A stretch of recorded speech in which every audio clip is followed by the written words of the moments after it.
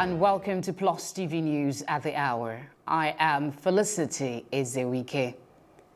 In 1993, June 12 to be precise, Nigeria held what has come to be known as a watershed presidential election, which Chief MKO Abiola is believed to have won across every known political divide. However, the then ruling military junta under General Ibrahim Babangida annulled the elections before the results were fully declared, thus throwing the country into several years of political turmoil, wild rioting and a most repressive spell in post-independence Nigeria. MKO Abiola died 5 years later under suspicious circumstances while in government detention. Until his last breath, Abiola maintained he had won that election, refusing to renounce a mandate freely given to him by Nigerians. 25 years after the ill-fated elections, President Buhari has acceded to the yearnings of Nigerians to honor Abiola and declared June 12 a public holiday. Our correspondent Irene Ubani gives us more on how Nigerians are responding to the new development. Hello, Irene. Thank you, Felicity. May 29th, which was just 10 days ago, Nigerians observed the Democracy Day public holiday, which actually took effect in 1999. However, the President's statement yesterday declaring June 12th as the new Democracy Day in honor of MKO Abiola and also giving him the highest honor in the land as the Grand Commander of the Order of the Federal Republic sparked up reactions by Nigerians. I took to the streets and this was what they had to say. So long. Why? What was the, would I say, cause for the change? What prompted the change in the date, first of all? Is he doing it because he has another agenda? Because there are so many agendas now, we don't know which one to follow anymore. So it makes no sense. This is just a political move for 2019.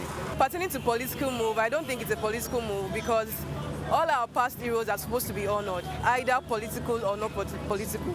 It's a welcome declaration for me because the June 12 is more significant to what we're celebrating, the democracy of the people, because the man in question stood for what we call democracy. He was a man of the people, he was voted in by people, and he was adjudged, the election that year was adjudged the freest and the most credible. You still have to think about the timing of the declaration and what will happen to May 29th that has been used up till now as Democracy Day. We have heard the views of the people. Felicity, thank you, and over to you. The Nigerian Prison Service, NPS, says the June 3 incident at Minna Medium Security Prison at the Tonga area of Minna Metropolis, which led to the death of a prison officer and a motorcyclist, was not a jailbreak. The NPS Public Relations Officer, Francis Enobori, while speaking to the press in Abuja this morning, clarified that it was actually an attack on the prison. Regarding other jailbreaks that have occurred in the country, Enobori identified overcrowding, old and weak infrastructure as the major causes. He said that the NPS Controller General, Ja'afaru Ahmed, has embarked on projects to forestall a repeat, adding that fortified cells will be built to ensure safety. And on the foreign scene, a handful of U.S. diplomats suffering a mysterious illness have been taken home from China. The U.S. State Department in a statement said the diplomats were brought home after what they described as a medical incident. The statement confirmed that a medical team is already in China to screen employees and family members at the consulate. The U.S. Secretary of State, Mike Pompeo, in a separate statement said the department had last month established a task force to coordinate a multi-agency response. This follows previous incidents of the diplomats and their families coming down with mysterious illness in Cuba and Canada. In business, the federal government has realized 30 billion naira of its 350 billion naira for the Voluntary Assets Income Declaration Scheme, VADS, which is a tax amnesty program. According to the chairman of the Federal Inland Revenue Service, Babatunde Fola, VADS was initially meant to operate for 9 months to end in March 2018, but was extended for 3 more months by the federal government. Fola added that the declaration certificate, which has been approved by Mrs. Kemi Adeosun, the Minister of Finance, would be presented to taxpayers under the platform scheme.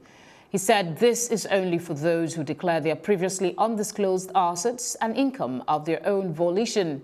According to Fowler, the National Taxpayers Database has increased to over 19 million in 2018 from 14 million in 2016. And in entertainment, Kanayo Okanayo, a Nollywood actor, has declared that he will be running for political office on his Instagram page.